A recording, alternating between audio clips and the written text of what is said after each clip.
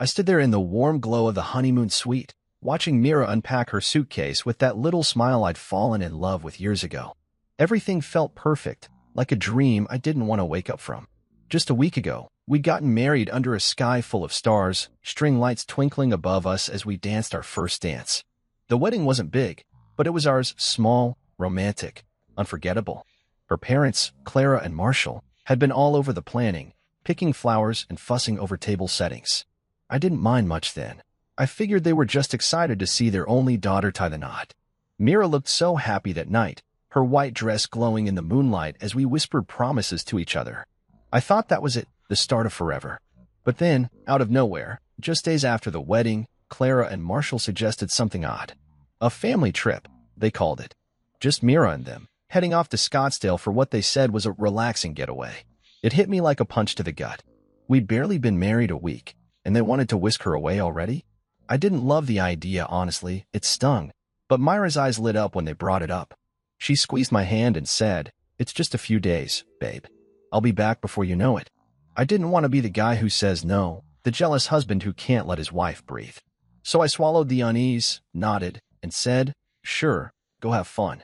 I thought I was being understanding, supportive even. Looking back now, that was my first mistake, and it's one I'll never stop kicking myself for.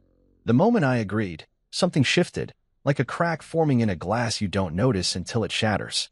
I drove her to the airport, kissed her goodbye, and watched her walk off with Clara and Marshall, their suitcases rolling behind them. Clara gave me this tight little smile, the kind that doesn't reach the eyes, and Marshall just nodded, his face blank as always. I told myself it was fine. She'd be back in 4 days, and we'd pick up right where we left off, newlyweds, head over heels, building our life together. I went home that night, sat on our couch, and stared at the empty space where she'd usually be curled up next to me. The house felt too quiet without her laugh, her humming as she made tea. I tried to shake it off, told myself I was overthinking things. "It's just a trip," I kept repeating in my head. Just a trip. But deep down, I couldn't shake this gnawing feeling, like I'd just handed her over to something I didn't understand. I flipped on the TV, scrolled through my phone, anything to keep busy. I even texted her a quick, "Miss you already," with a heart emoji, hoping she'd reply fast. She did, a simple "miss you too," with a smiley face. That should have calmed me down, right? But it didn't. That night, I barely slept, tossing and turning in our too-big bed, wondering why her parents couldn't wait a little longer to drag her off. Why now? Why so soon? The next morning, I woke up to a picture she sent, her standing by a pool, sunglasses on, smiling wide. "Having fun already," she wrote. I stared at it for a long time, trying to feel happy for her. She looked beautiful like always. But something about the photo felt off, like there was a piece missing I couldn't see. I texted back, "Glad you're enjoying it. Tell Clara and Marshall hi." She didn't reply for hours, and when she did, it was just, "They say hi back." No details, no little stories about her day like she usually sent. I brushed it off. Maybe she was busy. Maybe she was just relaxing like they said. But that twist in my gut wouldn't go away.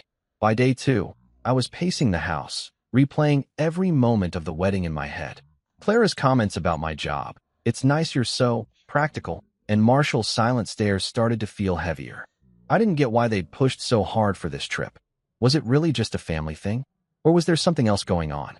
I didn't know it then, but that question would change everything. I'd find out soon enough that the honeymoon glow, the one I thought would last forever, was already fading, and I was the last one to see it.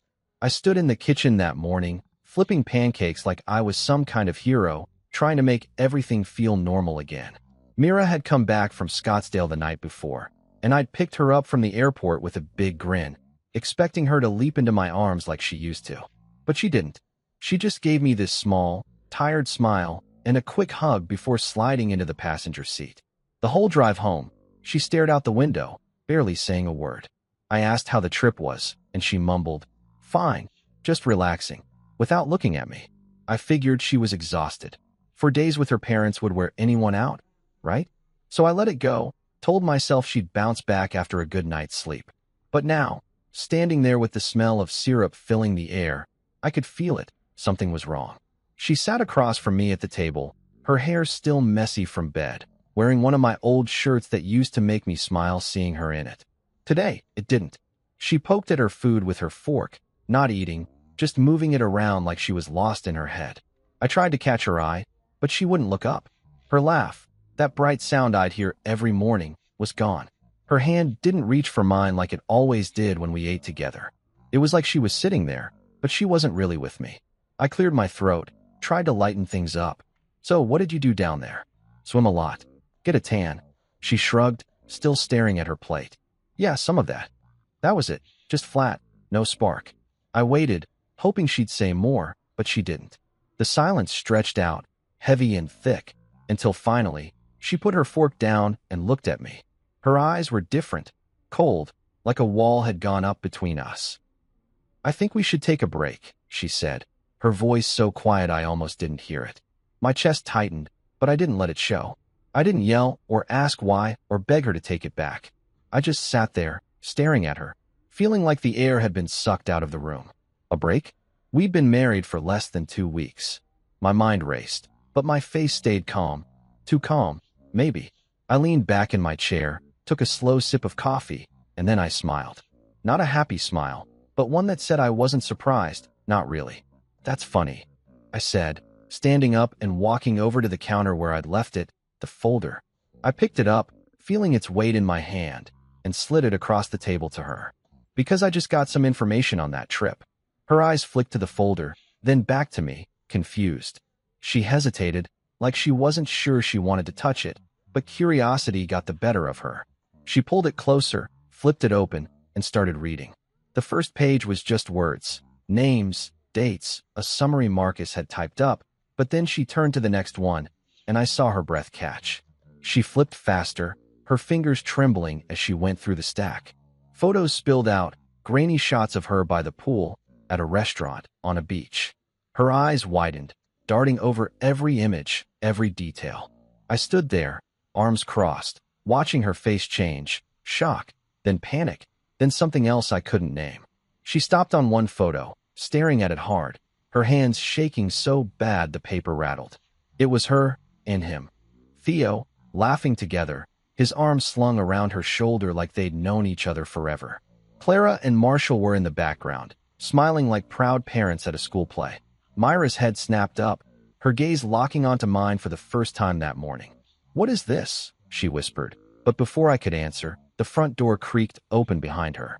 I didn't flinch. I'd heard the car pull up, the footsteps on the porch.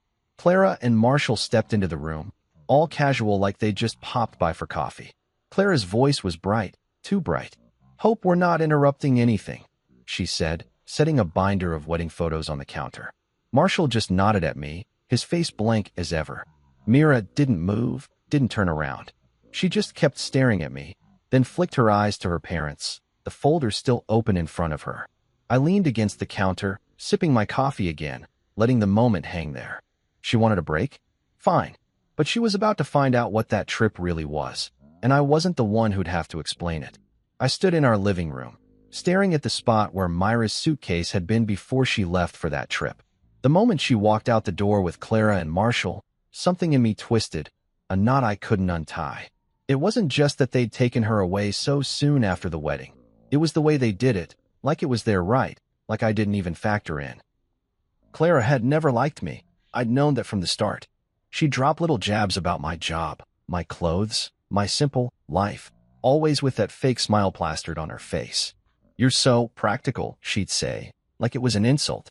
Marshall was different, quiet, always watching me with those cold, calculating eyes, like he was sizing me up and finding me lacking. I brushed it off before, told myself it didn't matter what they thought as long as Mira loved me. But when they suggested that family trip, out of the blue, just days after I put a ring on her finger, it hit me harder than I wanted to admit. I didn't say no, I should have, but I didn't.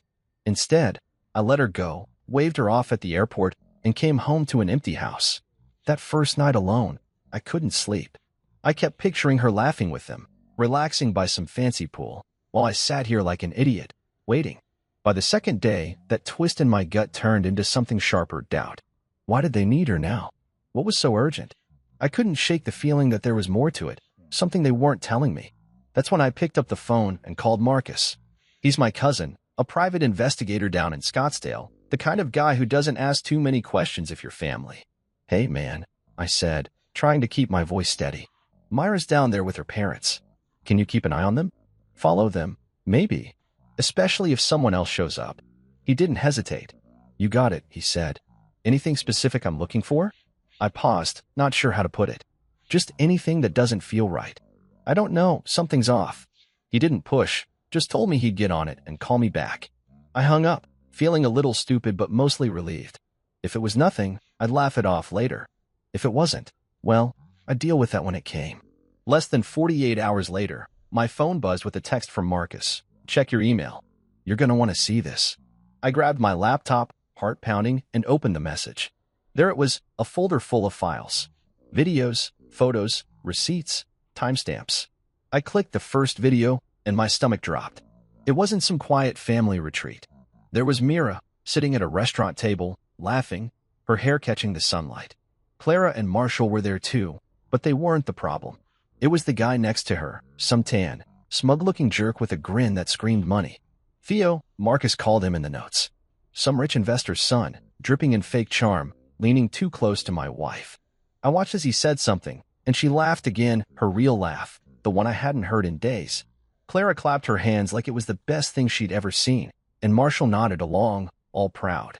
I clicked through the photos next, dinners, drinks by the pool, walks on the beach.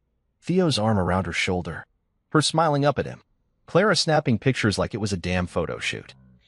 Receipts showed they'd all stayed at the same hotel, some swanky place I'd never afford. Marcus even got a shot of Theo handing Mira a drink, their hands brushing, and she didn't pull away. I sat there, staring at the screen, feeling the blood drain from my face. My wife, my brand new wife, wasn't on a relaxing getaway with her parents. She was being paraded around like a prize, introduced to some guy they'd picked out for her. And she didn't push him away. She didn't call me, didn't text me, didn't say a word about any of it. I closed the laptop, my hand shaking, and just sat there in the dark.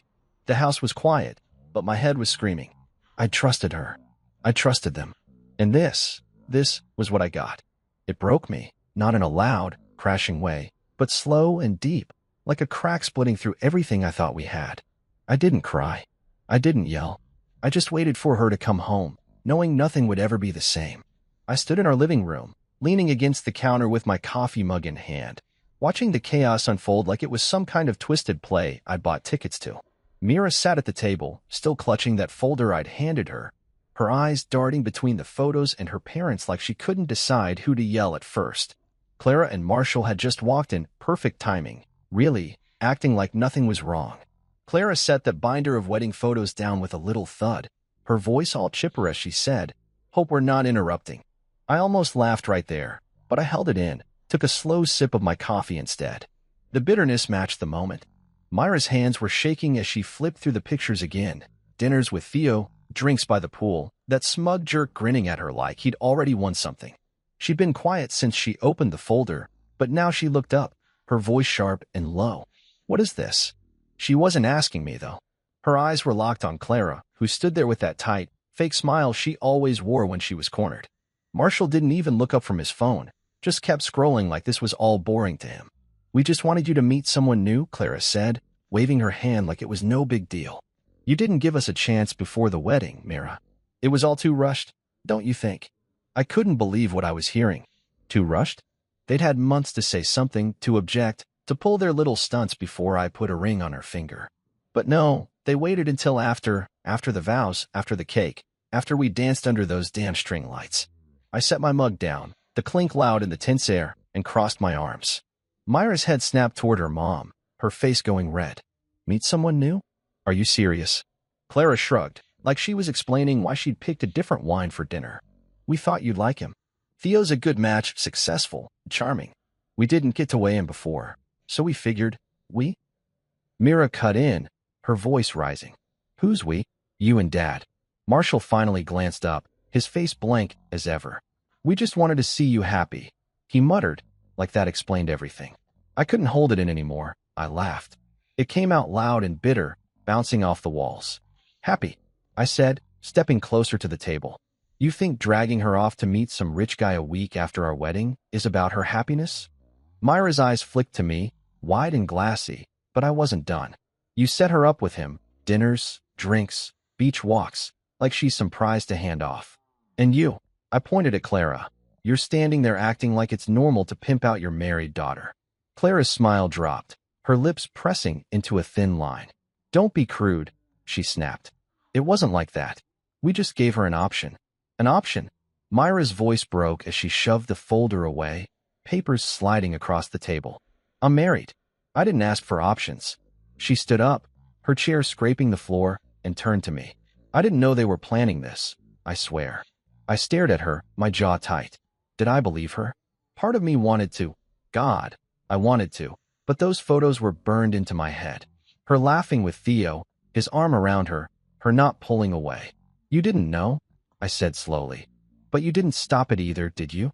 Her mouth opened, then closed, like she didn't have an answer. Clara jumped in, her voice sharp now. Oh, come on, Mira, don't act so innocent.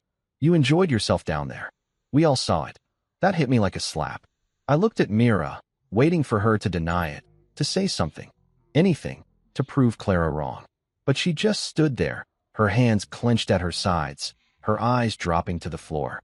I didn't mean for it to happen like that, she whispered. Like what? I pressed, stepping closer. Like you flirting with some guy your parents picked out while I was sitting here thinking you were just relaxing? She flinched, but I didn't back off. You let them take you there, Mira. You let them parade you around like I didn't exist. Marshall cleared his throat, finally putting his phone down. Let's not blow this out of proportion, he said, his tone calm, like he was negotiating a deal. No one forced her to do anything. She could have said no. I turned on him, my voice steady but cold. And you could have stayed out of my marriage. But here we are. The room went quiet, the weight of it all pressing down on us. Clara crossed her arms. Marshall went back to his phone, and Mira just stood there, looking lost.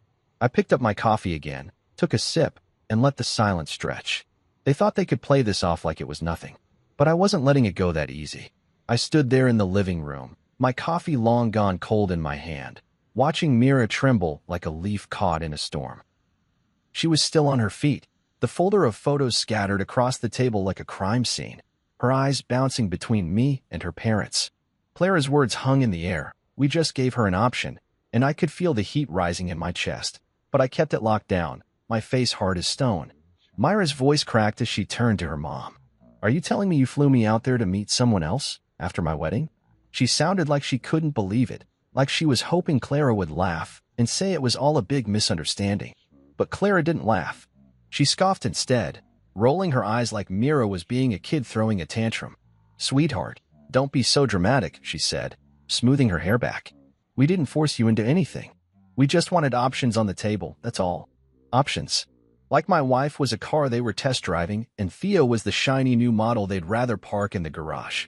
I couldn't wrap my head around it, how they could stand there, so calm, so smug, acting like this was normal. Marshall finally piped up, his voice flat and steady, like he was reading a grocery list. Look, Mira, you rushed into this marriage. We didn't get a say. We were just thinking long-term for you, for the family. That's when I lost it, not loud, not yelling, but a laugh ripped out of me, sharp and ugly. It echoed in the room, cutting through their excuses like a knife. Long-term, I said, setting my mug down hard enough to make the table shake. You arranged for your married daughter to flirt with some guy you handpicked like he's a job candidate? You think that's thinking long-term? I turned to Mira, my eyes locking on hers. And you, what? You just went along with it. Her face went pale, her lips parting like she wanted to say something, but nothing came out at first. Then she shook her head fast, her hands flying up. I didn't know they were doing this. Her voice was desperate, pleading, but it didn't hit me the way it used to. I stepped closer, my voice low and tight. Didn't know what, Mira? That he'd kiss your cheek while your mom snapped a photo? That they'd have you laughing and drinking with him like I wasn't waiting back? She froze, her eyes wide, and I could see it. She was replaying it all in her head, every moment I'd seen in those pictures. She started, but I cut her off, holding up the photo that had been stuck in my mind since I saw it. Theo's arm around her, her smiling up at him, Clara grinning in the background. You didn't what? I asked. You didn't smile? You didn't let him get close? You didn't enjoy it? She stared at the picture, her hands dropping to her sides, and I could tell she was about to crack. Her mouth opened, her breath hitching like she was going to scream or cry or both. But before she could, Her phone buzzed on the table, loud and sharp, breaking the moment. She flinched, glancing down at it, and I saw the name flash on the screen, Leona, her best friend from Scottsdale. Mira grabbed it, her fingers clumsy, and read the text out loud, her voice shaking. Theo's still in town, bragging that you two were meant to be, that your parents promised him everything. The words hit like a punch, and she looked up slow, her eyes locking on Clara. What does that mean? She whispered. Clara didn't even blink, just tilted her head like it was no big deal. We may have encouraged him a little, she said, her tone light, like she was admitting to buying him a coffee. But he misunderstood. We just gave him a small gift, invited him to dinner. Nothing serious. Myra's jaw dropped, and she stared at her mom like she'd never seen her before. You promised him I'd leave my husband? She asked, her voice rising, cracking at the edges. Clara shrugged, actually shrugged, like it was all just a silly mix-up. We wanted what's best for you, sweetheart. Theo's a catch. We thought you'd see that. I just stood there, watching it all fall apart, my arms crossed tight across my chest. Mira turned to me, her face a mess of shock and guilt. I didn't know, she said again, softer this time, like she was begging me to believe her. But I didn't say anything. I couldn't. Because even if she didn't know the whole plan, she'd still gone along with it, smiling, laughing, letting Theo in while I was here, alone, thinking she was mine. The room went quiet, except for the faint hum of Myra's phone still buzzing with Leona's messages. Clara adjusted her purse, Marshall checked his watch, and Mira just stood there, looking like she might explode. Me? I stayed still, letting it sink in. My wife, my marriage, my whole damn life was a game to them, and I was the only one who hadn't been clued in. I leaned against the counter in the living room, my arms still crossed, watching Mira clutch her phone like it was a lifeline. That text from Leona, Theo's still in town, bragging that you two were meant to be, that your parents promised him everything, hung in the air like smoke, choking the room. Myra's voice had trembled when she read it out loud, and now she was staring at Clara, her eyes wide and wet, waiting for an answer. What does that mean? She'd asked, her words sharp but fragile, like glass about to break. Clara didn't even flinch, just tilted her head with that smug little smile she always had, like she was above it all. We may have encouraged him, she said, her voice smooth and casual, like she was talking about picking out curtains. But he misunderstood. We just gave him a little gift, invited him to dinner. Nothing criminal, Mira. I almost choked on the air. A little gift? Dinner? This wasn't some friendly meet and greet. They'd flown her out there, paraded her around with this guy, and now they were acting like it was no big deal. Myra's head snapped back, her mouth open like she couldn't believe what she was hearing. You promised him I'd leave my husband? She said, her voice climbing higher, shaking harder. Clara shrugged, like it was nothing. We wanted what's best for you, she said. Theo's a good man, successful, from a solid family. We thought you'd see that eventually. I stood there, my jaw tight, feeling the anger bubble up, but keeping it locked down. Best for her? They didn't give a damn about what she wanted, or what I wanted. This was their game, their rules, and I was just the guy in the way. Mira turned to me, her face pale, her eyes pleading. I didn't know, she said again, like it was the only thing she could say. I swear, I didn't know they were planning this. I looked at her, really looked at her, and all I could see were those photos, her laughing with Theo, his arm around her, her not pushing him away. You didn't know? I said, my voice low and steady. But you didn't stop it either, did you? She flinched, her hands twisting together, and I could tell she was scrambling for something to say. It wasn't like that, she whispered. I thought it was just friendly. I didn't think. You didn't think. I cut in, stepping closer. You didn't think it'd look bad to let some guy hang all over you while your parents cheered him on? You didn't think to call me, to tell me what was going on. She shook her head fast, tears starting to spill over. I didn't want to worry you. I thought it was nothing, just Mom and Dad being them. I laughed, short and bitter. Them? You mean the people who think our marriage is a mistake they can fix with a better offer? Clara jumped in, her voice sharp now. That's enough, she said, pointing at me. You're blowing this out of proportion. We didn't force her to do anything. She could have walked away. Walked away. I turned on her, my voice rising for the first time. You flew her out there, stuck her in a hotel with this guy, and fed her lies about how he's her future. What was she supposed to do? Run back home with no car, no plan, while you two kept pushing? Marshall cleared his throat, finally looking up from his phone. Let's calm down, he said, his tone flat. No one's saying we planned a divorce. We just thought she'd see reason. Reason. That word hit me like a brick. They thought I was the unreasonable one, the guy she'd married, the guy she'd promised to love, the guy who'd been waiting here like a fool while they played matchmaker. Mira sank back into her chair, her hands covering her face. I can't believe this, she muttered. I can't believe you'd do this to me. Clara sighed, like she was tired of explaining herself. Mira, we've always wanted you to have the best. This marriage, it was fast. We didn't get a chance to guide you. Guide me. Myra's head shot up, her voice cracking. You think setting me up with some guy behind my husband's back is guiding me? I watched her, waiting to see if she'd turn that anger on me too. Blame me for digging this up, for putting it all out there. But she didn't. She just sat there, staring at her parents like they were strangers. I didn't sleep with him, she said suddenly, looking at me now. I didn't. I wouldn't do that. Her eyes were begging me to believe her, but I didn't say anything. I just nodded once, letting her words sit there. Maybe she didn't sleep with him, but she'd let him in, let them all in, and that cut just as deep. The room went quiet again, the tension thick enough to choke on. Clara adjusted her purse, Marshall tapped his phone, and Mira wiped her eyes. I stayed where I was, watching my wife realize she'd been a pawn in their game, and wondering if she'd ever really been mine at all. I stood in the kitchen the next day, staring at the coffee pot like it could fix everything if I just brewed it strong enough. After that blowout with Mira and her parents, I'd slept on the couch, not because she asked me to, but because I couldn't stand being in our bed, smelling her shampoo on the pillows, pretending everything was fine. She'd gone upstairs after Clara and Marshall left, her face red and puffy from crying, and I didn't follow. I needed space, time to think, time to figure out what came next. The folder was still on the table, photos peeking out like a bad memory I couldn't shake. I'd shown her the truth, but it didn't feel like a win. It felt like a punch to the gut that kept on giving. By morning, I'd made up my mind. I wasn't letting this fester in the dark anymore. If Clara and Marshall wanted to play their little game, I'd drag it into the light for everyone to see. So I sent out invitations, short, simple texts to Clara, Marshall, Mira, Theo, and a handful of friends and family who'd been at the wedding. Photo shoot at the venue, I wrote. One last memory from the big day. Be there at 6. Clara replied right away with a cheery, "Oh, how lovely. We'll be there." Mira texted back a hesitant, "Is this necessary?" I didn't sugarcoat it. "Yeah," I wrote. It's time people knew the truth. She didn't argue after that, just sent a quiet, "Okay." The rest confirmed quick. Leona, Marcus, a few cousins who danced with us under those string lights. Even Theo RSVP'd with a cocky, wouldn't miss it. I smirked at that. Good. Let him walk right into it. That evening, I got to the venue early, the same place we'd gotten married, with its big open room and wooden beams, the spot where I'd thought we'd started something real.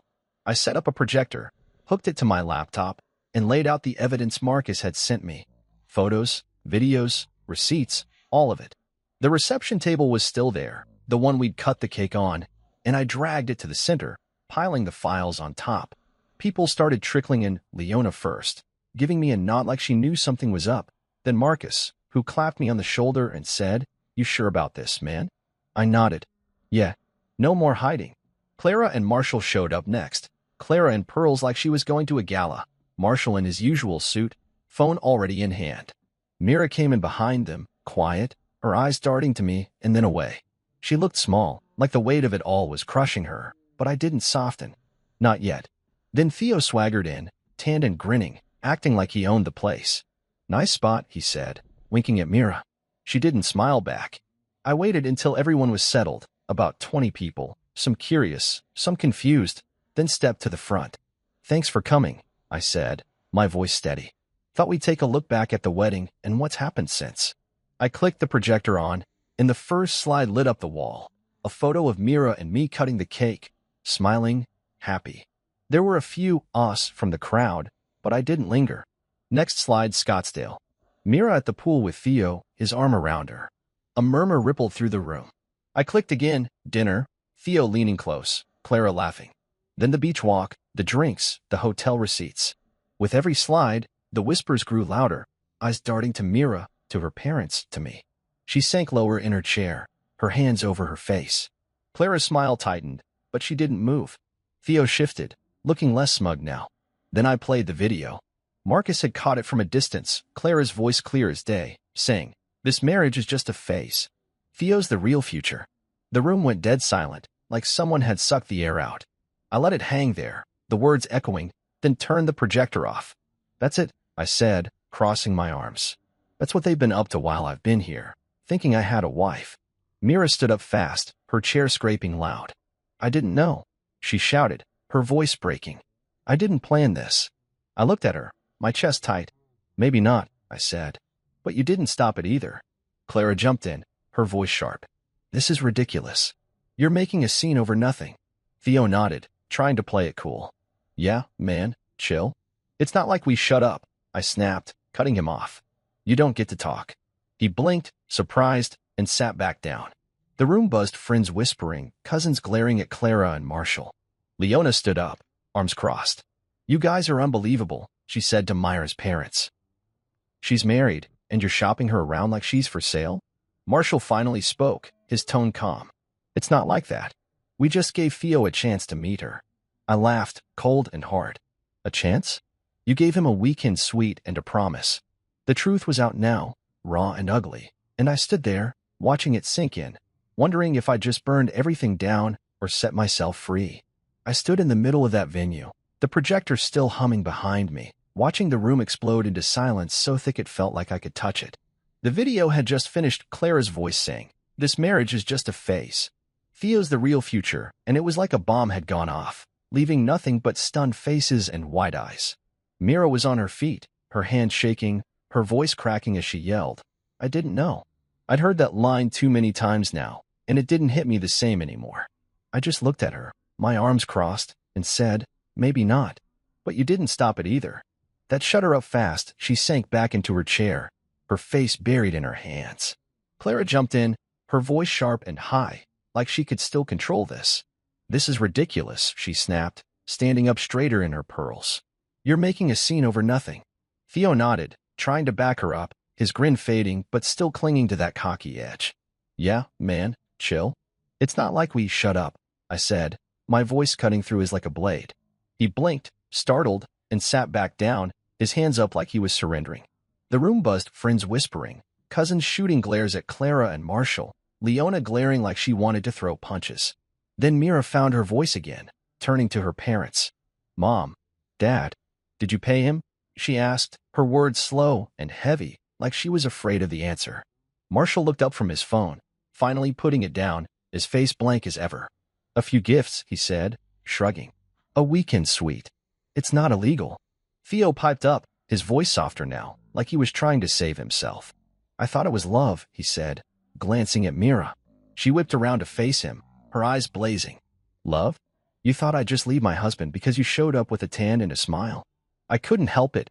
I laughed, short and bitter. Guess he's not as smart as your parents thought. Theo's face went red, but he didn't say anything back. Mira turned to me, her eyes wet and desperate. I didn't know, she said again, stepping closer. I swear, I didn't sleep with him. I didn't, but you didn't stop it, I said, my voice steady, cutting her off. You let it happen. You laughed, smiled, shared drinks. You let them decide who you should end up with. She reached for my hand, her fingers brushing mine, but I pulled back. Don't, I said, and she froze, her arm dropping like it weighed a ton. The room was spinning now, everyone talking at once, voices overlapping. Theo turned on Clara, his cool cracking. You said she wanted out, he barked, pointing at her. Clara snapped back, her composure slipping. She would have, if he hadn't stuck his nose in. She jabbed a finger at me, her face twisting like I was the villain here. I just stood there, letting it all crash around me. Leona stepped forward, her arms crossed tight. You're disgusting, she said to Clara. She's your daughter, not some doll you can trade up when you don't like the groom. A few cousins nodded, muttering agreement, and one of them, my cousin Jake, called out, What kind of parents pull this crap? Clara spun on him, her voice rising. We were protecting her future. He's not good enough. She pointed at me again, and that was it. The room erupted. People shouting, chairs scraping, Mira crying louder now, saying, Stop it, just stop. Over and over. I didn't move, didn't yell back. I just watched, letting them tear each other apart. Marshall tried to play peacemaker, standing up with his hands out. Everyone calm down, he said, like he could still fix this. It's not what it looks like. It's exactly what it looks like, I said, my voice cutting through the noise. You tried to sell my wife to some rich kid because you didn't like me. And she let you try. Mira sobbed, shaking her head. I didn't mean to, but you did, I said, looking right at her. You didn't call me. You didn't walk away. You stayed. She crumpled, sitting back down, her hands over her face again. Theo stood up, grabbing his jacket. I'm out, he muttered, heading for the door. You people are crazy. Clara shouted after him. You're not innocent here. But he didn't stop. The cousins started arguing with Marshall. Leona was still ripping into Clara, and Mira just sat there, broken. I stepped back, leaning against the table, the folder still open behind me. The truth was out, ugly, loud, and messy, and I didn't feel better. I felt empty. Everyone knew now, but it didn't fix anything. Mira looked up at me, her eyes begging for something, forgiveness, maybe, or a way back. But I didn't have it to give. I'm sorry, she whispered, but I just shook my head. The chaos kept going, voices bouncing off the walls, but I tuned it out. This was their mess now. I'd done my part. I stood in the kitchen 2 weeks later, stirring a pot of soup I didn't even want, just trying to keep my hands busy. The fallout from that night at the venue hit fast and hard, like a storm I'd kicked up but couldn't control. Mira moved out the next day, packed a bag, said she needed space, and left without looking back. I didn't stop her. I didn't say much at all, just watched her go, the door clicking shut behind her like the end of something I'd been holding onto too tight. The house felt empty after that, too big and too quiet, but I didn't mind. It was better than pretending everything was fine. Clara and Marshall tried to spin it their way, calling up relatives and friends with some story about how it wasn't working out, and it was mutual. I heard it secondhand from my cousin Jake, Clara's voice all smooth and sad, like she was the victim here. They just weren't compatible, she'd said. We saw it coming. Compatible. That word stuck in my throat, bitter and wrong. They didn't care about compatibility when they were shoving Theo in her face, smiling for the camera while I sat here like a fool. But their little lie didn't hold up long. Theo couldn't keep his mouth shut. He started posting online, pictures from Scottsdale, tagging Mira in shots of them by the pool, at dinner, on the beach. Good times with good people. He captioned one, smirking in the frame. Then he dropped a video, him laughing, saying, her parents knew we were the real deal. That's when it blew up. Leona saw it first, sent me a screenshot with a quick, this idiot's digging his own grave. She wasn't wrong. The story spread fast. Friends shared it. Family called me asking what the hell was going on, and pretty soon it hit X, where people I didn't even know were picking it apart. Who does this to their own kid? One post read. Shady as hell, said another. Clara's event planning business took a hit. Vendors canceled, clients backed out, saying they didn't trust her anymore. Marshall got dropped from some board he'd been on, a quiet email letting him know his personal conduct didn't align with their values. Theo? He vanished, deleted his accounts, and went dark after the backlash hit. I didn't feel sorry for any of them. They'd made their bed, and now they were lying in it. Mira reached out after 2 weeks, a text that popped up while I was eating alone at the table. Can we talk? It said. I stared at it for a long time, my thumb hovering over the screen. Part of me wanted to ignore it, to let her sit with the mess she'd helped make. But I wasn't that guy. Not yet, anyway. Sure, I texted back. Come by tomorrow. She showed up at noon, standing on the porch like she wasn't sure she was welcome. I let her in, pointed to the couch, and sat across from her in the armchair. She looked tired, dark circles under her eyes, her hair pulled back messy, like she hadn't slept much. I'm sorry, she started, her voice small. I know I keep saying that, but I mean it. I didn't see what they were doing until it was too late. I nodded, letting her talk, my hands resting on my knees. I didn't want Theo, she said, looking at me now. I didn't want any of it. I didn't know how to stop them. They've always been like that, pushing, pulling, deciding what's best for me. I should have told you. I should have left. Yeah, I said, my voice flat. You should have. She winced, but I didn't soften it. You weren't just married to me, Mira, I went on. You were married to them. Every step of the way, they had their hands on you, and you let them. Her eyes filled up, tears spilling over, but I didn't move. I messed up, she said, wiping her face. I know I did, but I love you. I still do. Those words hit me hard, stirring up something I'd buried under all the anger and hurt. I looked at her, really looked at her, and saw the girl I danced with under the string lights, the one I'd promised forever to. But I also saw the girl in those photos, laughing with Theo, letting her parents steer her away from me. I believe you, I said finally, slow and careful. But that doesn't fix it. You didn't fight for us. You didn't even try. And I can't forget that. She cried harder, nodding like she'd expected it. I don't know how to make it right, she said. You can't, I told her, standing up. Not now. Maybe not ever. She stayed for a while, crying, talking, begging me to give her a chance, but I didn't budge. When she left, the house went quiet again, and I sat there, staring at the spot where she'd been. I wasn't mad anymore, not like before. I just felt done. The world knew the truth now, and so did I. That was enough for today, at least. I stood in the middle of the venue again, the same one where Mira and I had gotten married, but this time it felt different, like a weight had lifted, even if the scars were still there.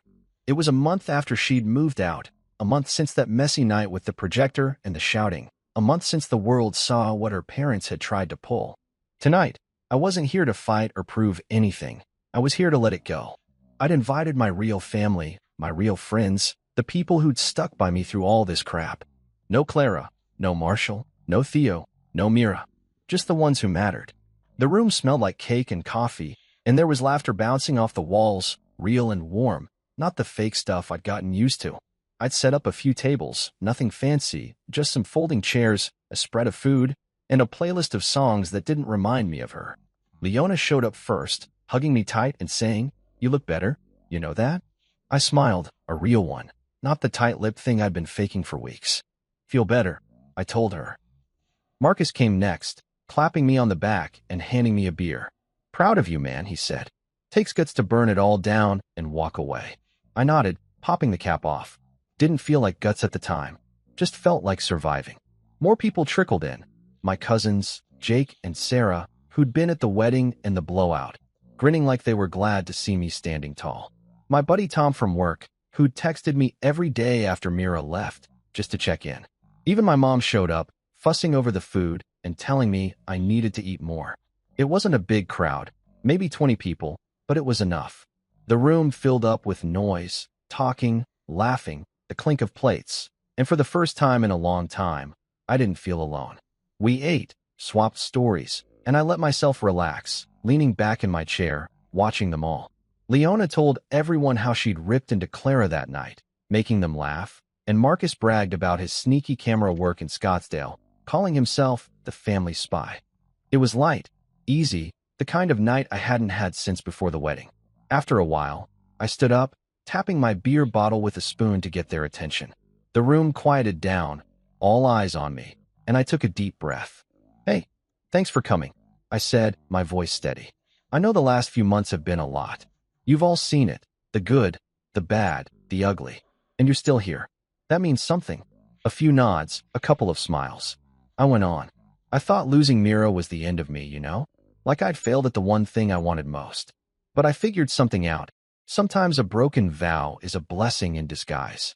I raised my bottle. "To starting over." They cheered, lifting their drinks, and I took a long sip, feeling the words settle in my chest. It wasn't just talk, I meant it. Losing her hurt like hell, but staying tied to that family, to their games and their lies, would have been worse. I sat back down, and the night rolled on. Cake got cut, music got louder, and Jake even dragged me out to dance, laughing when I stepped on his toes. It wasn't perfect, but it was mine. As the hours passed, I stepped outside for some air, leaning against the railing where Mira and I had stood that wedding night, looking at the stars. I could still see her in that white dress, smiling up at me, promising forever. For a second, it stung. The memory, the what could have been, but then I let it go. She wasn't here anymore, and I didn't need her to be.